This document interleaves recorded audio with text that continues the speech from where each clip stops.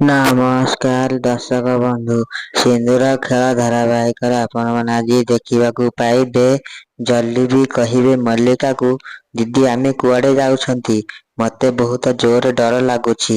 ଏହାପରେ ମଲ୍ଲିକା ଭାବୁଥିବେ, ରୋଶନୀ କହୁଥିବେ, ଆଜି ପରଠାରୁ ଯଦି ଏଇ ପିଲାମାନଙ୍କୁ କେବେ ଧମକେଇବା କି ମୋ ଉପରକୁ ହାତ ଉଠେଇବାକୁ ତୋ ମନକୁ ଆସେ, ତାହେଲେ ତୋ ଗାଲରେ ଯୋଉ ନୋଳା ଫାଟିଛି ନା, ତା କଥା ତୁ ମନେ ପକେଇବୁ।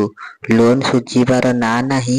ଝିଅ ଏମିତି ଅହଙ୍କାର ଦେଖେଇ ହୋଇ ବୁଲୁଛି ଯେ, ଯେମିତି ଏହି ସାରା ଦୁନିଆଟା ହଉଛି ତାର।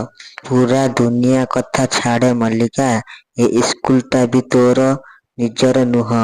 ଏହାପରେ ଜଲ୍ଦି କହିବେ, ଦିଦି ତମେ କଣ ଭାବୁଥିଲ? ଆଉ ତମେ କୁଆଡେ ନଜର ଦେଇଥିଲ ଦିଦି? ଆମେ ଏତେ ରାତିରେ କୁଆଡେ ଯାଉଛନ୍ତି ମତେ ତ ଟିକେ କୁହ।